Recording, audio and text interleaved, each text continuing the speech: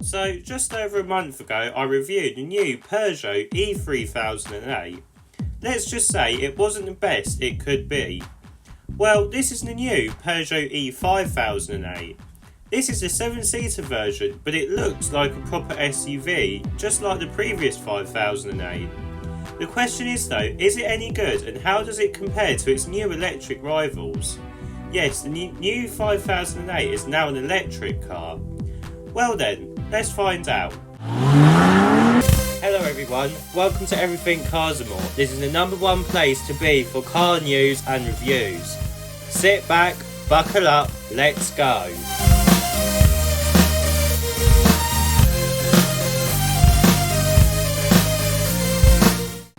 So let's start with the design at the front, and just like the E-5008, it is a bit of an odd one, and it is also a looker. We get these extremely set of thin headlights and they look way too small for this type of car. These are connected with a black bar, and below that you get a small set of Tiger Claw LED daytime running lights which look decent, but I'm not sure about the grille. Now the Peugeot grille has gone through a few design differences over the past few years. This is the latest design.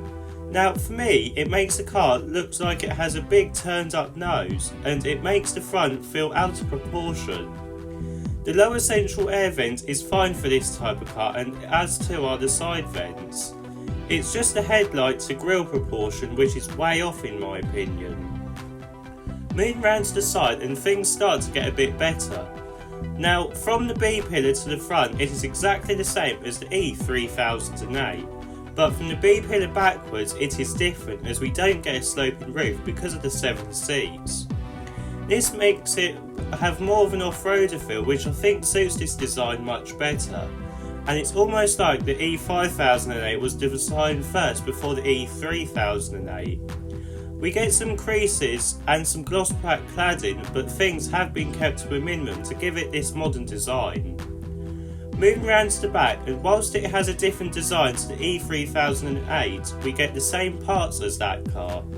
We get the same tail lights and black bar, which again suits this car much better. We also get the same bumper too, which houses the number plate, and this is my only negative about this car. Personally, I wish the number plate was on the boot door, making it look more even, as it just looks a bit too plain on the boot for my liking, and moving the number plate would have sorted this. We do get a nice spoiler though. Let's have a look at what battery motor options you can have, as well as engine options with the new Peugeot E-5008. So let's start with the battery and motor lineup first, as this is the most important one on the E-5008. There are 3 models to choose from. The first one is called Electric 210. This is a single motor setup with 210 brake horsepower. This can do 0 to 62 in 9.7 seconds, and it is front wheel drive.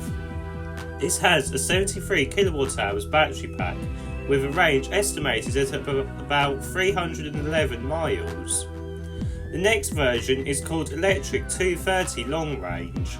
This has 228 brake horsepower and a 98 kWh battery pack with about 350 miles of electric only range. The 0 to 62 time hasn't been announced yet, but it is front wheel drive. Finally, the next version is called Electric 320. This has a dual motor setup with 315 brake horsepower. This uses the smaller 73 kWh battery pack, and it gets an electric only range of about 300 miles, which still isn't bad.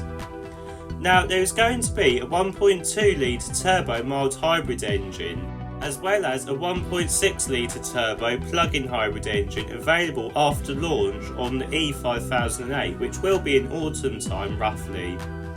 The price is also expected to start at around £48,000 for the electric model, but the base petrol model is expected to start around about the £36,000 mark. These figures were estimated at the time of filming and may be announced between now and this video going live, so I just want to make you aware of that. Right, let's have a look at what the interior is like. So moving inside the new Peugeot E-5008, we get the same interior as the E-3008. This means we get the same curved single display which houses the instrument cluster and infotainment system. This is a whole new setup which has never been seen on a Stellantis car before, which means they have had to make all new software for it. The software is different to what we are used to from other new Stellantis cars, and it is clear and responsive, but it could be better in some areas. You also get another digital screen just below the main infotainment screen, and this houses your shortcuts, but this time there is 2 pages for your shortcuts, which is a nice idea. We also get a new steering wheel as well as some new indicator stalks that haven't been updated for at least over 10 years. We also get this recycled material all around the cabin and some cool ambient lighting, which I do quite like. The driver does feel separated from the passengers, which I also like. Because of this now, the storage compartments in the centre console are hard to access unless you are the passenger. The seats are also new and are comfortable, but I don't like the design of the seats from the back.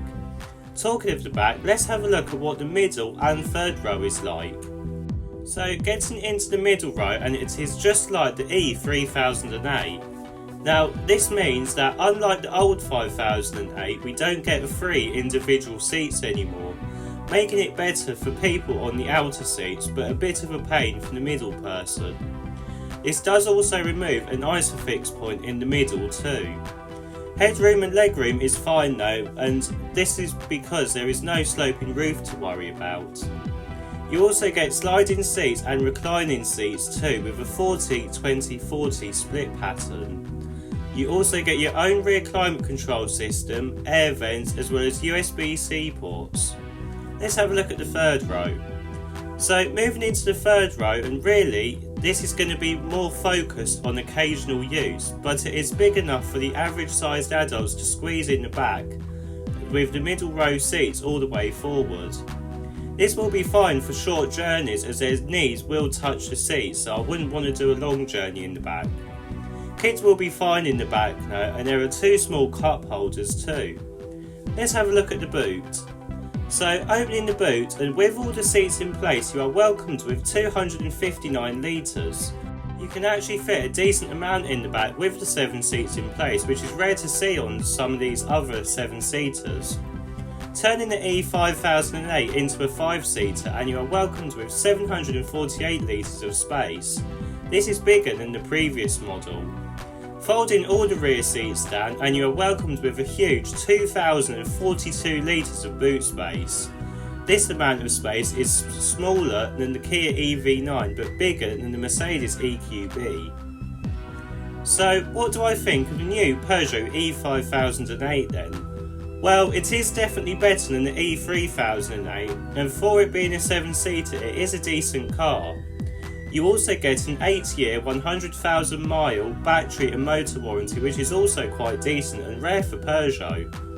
I'm just not sure that £50,000 is the right price for this car. Yes, it is futuristic and modern looking, but in a few years time there will be ones that are half the price, and if not less, depends on how the electric market goes in the next few years.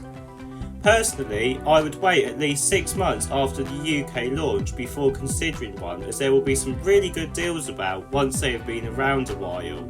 And if you're not fussed for a new model, I would definitely go for a used one or an ex-demonstrator.